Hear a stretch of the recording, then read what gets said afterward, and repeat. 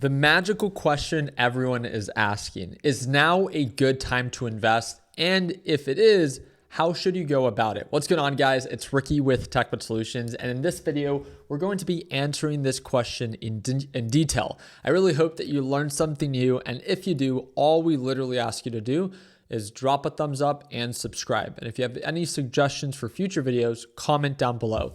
With that being said, one of the things that I want to remind you is that, well, it's no secret that when markets sell off as a whole, a lot of money can be made on its recovery. And as markets begin to sell off, keyword begin, the question begins to come about of, hey, is now a possible good time to get invested? Well, let me make this very clear. Now you can get a better deal in a lot of different companies, especially the Max 7 companies, some of the most valuable companies that are publicly traded, than you could a few weeks ago. With that being said, is now the perfect time to invest? Well, let me be straightforward with you. No one can predict the bottom of the market. We don't know if this is the bottom or if we are going to go lower, but you can take steps in preparation for these reversals, because one thing is certain, markets do tend to recover, again, based off of history. And I wanted to show you a series of examples. For those that at least early 2025 were able to see the downturns that happened during the initial trade war, overall NASDAQ market sold off from lows, from highs of 532 to overall lows of 400. It sold off 25% correction territory.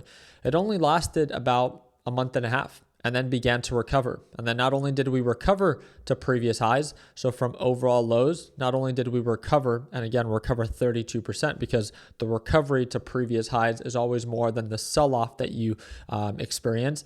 But on top of that, we ended up making new highs. It ran up to highs of 58%. So again, if you could have timed the market perfectly, which again, none of us can and none of us should ever be trying to do that, you would have caught a 58% move. And that's on QQQ. Or SPY, right? S&P 500 is one of the most, commonly invested ETFs, and that's SPY, that offered a 45% return. Also, currently retracing. I want to give you a more real-world example based off of Microsoft. Microsoft, during the trade war early last year, from overall highs to lows, sold off 22%. Microsoft, when it found its support and it began to uptick, ran up 58%. Again, you will never catch the bottom at the perfect time, but you can always do your part in getting a piece of the pie at a fair deal. So when markets do begin to recover, you're invested and you can always add more once direction is in your favor. And that's what I wanted to show you, that again, don't get it twisted. It's not about buying the dip on bullshit companies that were bullshit before any of this happened. It's about taking advantage of true and real companies that you believe in, that you value, that are actually making money. And again, the example can be these Max 7 companies, such as Microsoft, a pretty sharp retracement. Apple is part of Max 7, but hasn't retraced as much, but obviously a decent downturn. Tesla, believe it or not, is part of the Max 7. In my opinion, it's one of the more overvalued of the 7, but nonetheless, if it meets your criteria, I can see why you're paying attention to it. From current lows, if it does begin to form a reversal and recover, then there's 32% retracement. There's the SpaceX IPO. A lot of people think that that's going to send Tesla to new highs. And then NVIDIA, right? NVIDIA is also one of the Max 7, very slight retracement, nothing too insane. Google. I also wanted to show you this. Google, a nice little pullback, but if you look at the lows that we made last year, we have a long way to go. Meta is also part of Mag 7, and again, a very valuable company that is going back to retest previous lows. And if it were to recover, Meta from current price levels, if it goes back to previous highs, offers about 30%. So again, let me make this very clear. None of these companies, by you investing $100, is going to make you a millionaire. But if you're not already invested, and you're simply trying to get some skin in the game, then I really believe that what you learn in this video can be just enough to hopefully understand and build a plan for yourself that doesn't scare you and that kind of puts things into perspective on how you can actually take action. The first thing that I think everyone should understand is that, okay, well, there's a lot of different companies that are publicly traded. Which one should you invest in? I would pick one company, individual business, right? An example would be, in this video, is Microsoft. Again, it's just an example. You don't actually have to invest in Microsoft. If we look at Microsoft, not just on the technicals, but obviously it's an incredibly bullish company. It's one of the most valuable companies that's publicly traded. It sits at a $2.84 trillion market cap. It has a recent retracement. And if we type in Microsoft into Investing Pro allows me to do a little bit of a deeper analysis. According to a fair value with a series of 53 different analysts at a price target of $5.94, there's 23% upside. This is a company that meets all the criteria that I look for. It's a company that is not trading at too high of a PE ratio in comparison to most tech. It's 23.8 times its earnings versus one of its competitors for the Max 7 is 363 times, and that's Tesla, right? In my opinion, Microsoft is a better deal.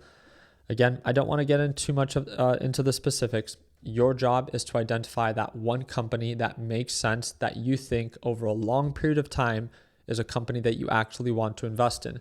If we look into Microsoft's Pro research, you can see that it's a company that has consistent revenue. Again, even investing in something like this, it's not going to make you a millionaire overnight, especially not when you're investing $100 or even $1,000. But the whole thing is to get started and to get some skin in the game while markets are down at a decent deal. Not because you're going to make it or break it, but because you simply want to get started. So hopefully what you experience and the positive return is something that is so great that you want to continue to be invested. That is my hope out of all of this. So again, the first idea would be pick an actual company that you want to be invested in. The second thing is maybe it's too hard for you to choose an individual stock, right? That's publicly traded.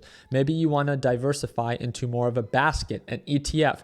That is where SPY comes in, which is a basket of the top 500 most valuable companies that's publicly traded. So instead of you diversifying instead of you individually investing into Microsoft or into Nvidia, S&P 500 kind of does that for you. It's a basket of companies, 500 of them. Or there's QQQ, which is the NASDAQ ETF. Again, a little bit more focused on tech. It is a little bit more volatile, but in my opinion, if you're a little bit younger and you have a little bit higher of a risk tolerance, to me, it's one that yields a greater return, especially when it comes down to tech. But obviously, and also with greater potential return, also comes at greater potential risk. You need to be aware of that. Those are the two that I quickly want to talk about. Pick one stock that keeps it simple. That's a company that you actually want to invest in. And then if not, then maybe pick one ETF that kind of allows you to diversify.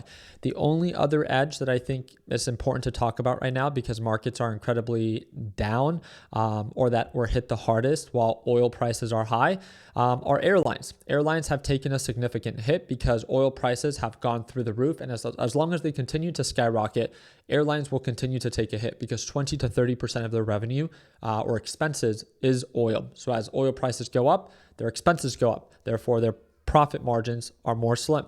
You can see that, in my opinion, Southwest is the best one out of all of them. There is Jets, which is an ETF-based airline, and then there's American Airlines, which is one of the most popular.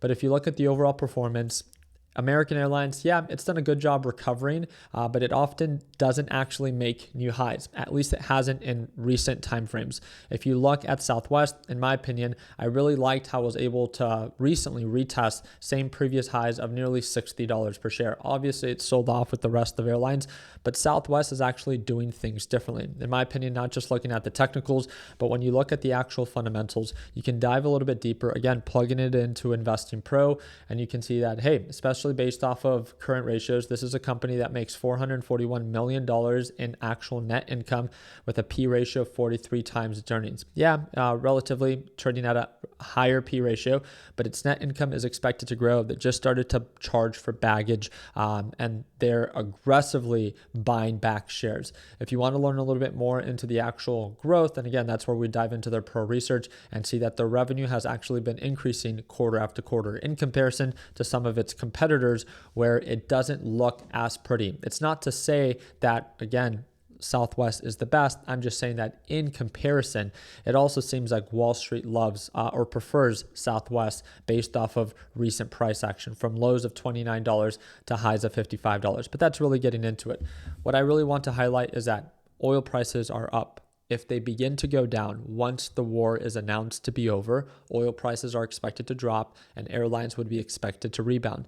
This would be a way that I believe that someone can hedge, a way to be able to make money as oil prices drop, overall markets begin to recover, but also airlines begin to recover. And Southwest is one that meets my criteria and is one that I'm paying attention to closely because I find it attractive. It's at a fair deal based off of previous price levels, and I'm able to take advantage of this, what I see to be short-lived negative catalyst for now that's driving prices down. So when oil prices do begin to drop, then the price of Southwest is bound to recover.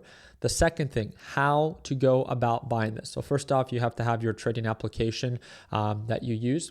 If you don't already have one, I do have a series that I either use. It's either Webull or Moomoo. I'm going to link them down in the description. They're all US regulated brokerages. So please make sure that, again, in my opinion, you should not be using any offshore brokerage. You always want to use something that's regulated by the US. I just don't trust any other platforms that are overseas, to just be quite frank. With that being said, it's going to be linked down below if you don't already have a platform, but I talk about this with my LPP group, and it's the stages, 3 stages of a reversal. Often beginners aggressively buy the dip with 100%. Let's say that you have $1,000 in your account. Instead of just buying the dip thinking that, oh, okay, I want to invest into Southwest or I want to invest into Microsoft. I'm going to buy the dip 100% with $1,000 right here. Okay, well, what if markets continue to downturn? Can you tolerate the time that it might take for this to recover? And if markets continue to dip, what are you going to do to be able to tolerate it? You can't buy any more. You can't average up if markets do begin to recover. So what I like to talk about is the 3 stages of a reversal. During the rejection stage, it's the highest risk. So if you do choose to take a position, I would personally go in relatively pretty light. If you want to split it into 2 different segments or 3 different types of positions when you add more, then so be it. But the more simple you keep it, the better. So while markets are selling off and it's at a fair price, again, you can never time the market. So if it's a fair enough price, you can just get some skin in the game, whatever that looks like for you. You have to come up with a plan of what your total goal is to be invested. Maybe that's $1,000 for you. If $1,000 is your overall goal, then obviously the goal should not be to go in $1,000 all at once, knowing that we can experience more downturn. So instead of going all in at once, I can go in with 10 or 20%, so maybe $100 or $200. And then once we actually begin to indicate signs of a recovery, so what that would look like is like when markets sold off, right? This was early last year.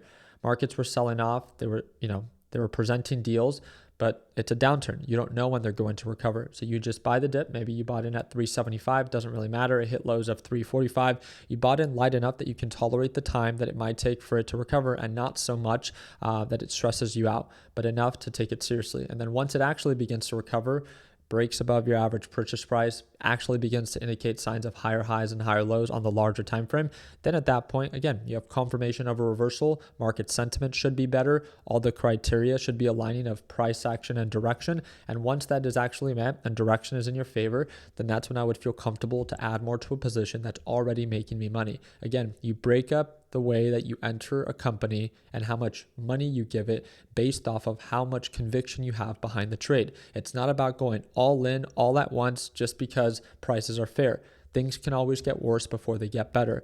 So think about the dollar amount that you're thinking about investing. And now what if it drops 10 or 20%?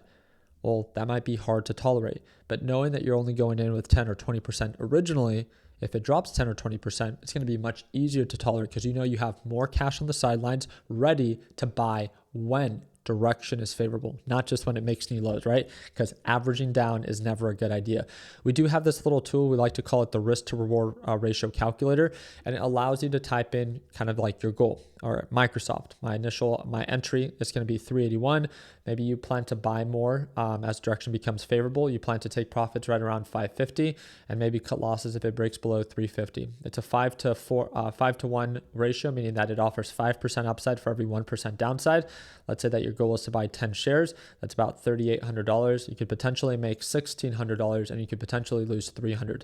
The biggest thing that I want you to understand is when you are thinking about getting invested, especially right now, you need to lay it all out on the table. And that's one thing that I talk about with my LPP team all the time. Your job is to inform yourself, not just about best case scenario. Everyone is here to possibly make money. But what about losing money? How much are you willing to risk? Because at the end of the day, it's all based off of ratios. How much are you willing to risk for how much you're expected to make? And the reward should always be significantly greater, in my opinion, a 3-to-1 multiple at least, meaning that it offers 3 times than what you are willing to risk, a 3-to-1 ratio, 3% upside versus 1% downside minimum. If you're a little bit less of an experienced trader, maybe it's a 4-to-1 ratio, maybe it's a 5-to-1. This just allows you to be wrong more often while still being able to end in the green after multiple trades. Again, letting the ratios be in your favor, not just taking trades because you want to, but taking trades because they actually meet your criteria.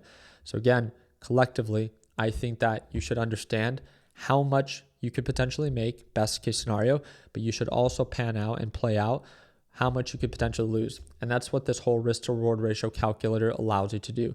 It plays out and allows you to plan best case and worst case scenario. So again, if you guys do want to download this, we have it available for you if you're part of our LPP team. It's going to be under the announcement section so you guys can download it. It's a unique little tool, but again, you don't need it. You're able to do this all yourself. You can just write it out. But if you are part of our LPP team, just go to the announcement section and download it and start planning out your trade. I would love to learn more about what companies you're thinking about investing in, especially as markets are currently in a downturn. Just know that things can get worse before they get better, which is why we always like to talk about downside exposure. Again, if you like the way that I break things down, we're always talking about both sides, bull case and bear case. We always focus on risk management and we always focus on trade criteria. If you are trying to be more calculated, more intentional with the trades that you choose to take, we'd love to work with you closer. If you see value in it, you can take 2 minutes, click the second link in the description down below, learn a little bit more about our LPP team and see if it's a good fit for you. If it is, hopefully, again, you can sign up and we can see you Monday for our live trading session. Again, whenever you're ready to tune on in, the link is down below. I appreciate your time. Hope that earned a thumbs up. Please consider subscribing. And like always, let's make sure that we end the year on a green note. Take care, team.